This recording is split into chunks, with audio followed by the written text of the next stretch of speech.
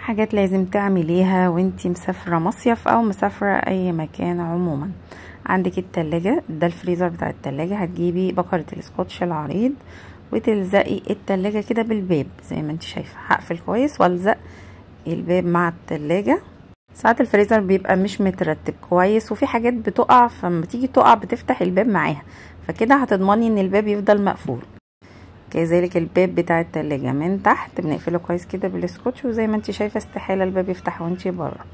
عادة التويليت، هتجيبي كروانة، اكبر كروانة عندك، تمليها مية وتحطيها فوق القاعدة بعد ما بتغطيها كده. ده بيمنع ان الفيران تطلع او اي حشرات تطلع.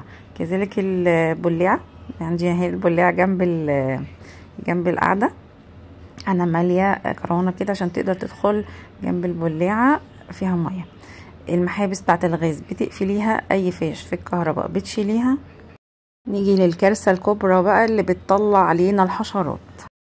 الحاجات دي مش لازم تعمليها وانتي مسافرة، اعمليها في فصل الصيف عموما، لان طبعا فصل الصيف كله حشرات زي ما انتي فاهمة. بتجيبي بقى كيس نايلون وتحطي في الصرف بتاع الغسالة اولا، وفي صرف الحوض بتاع الحمام، وفي صرف الحوض بتاع المطبخ. بتقفلي اي صرف للحوض او للغسالة زي ما انت شايفة كده بالاكياس او باي قماشة قديمة. باب الشقة لما تخرجي وتقفلي كويس بتحطي قماشة كده تحت باب الشقة.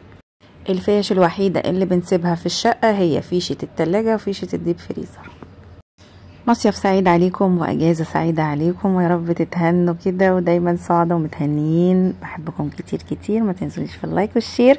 السلام عليكم.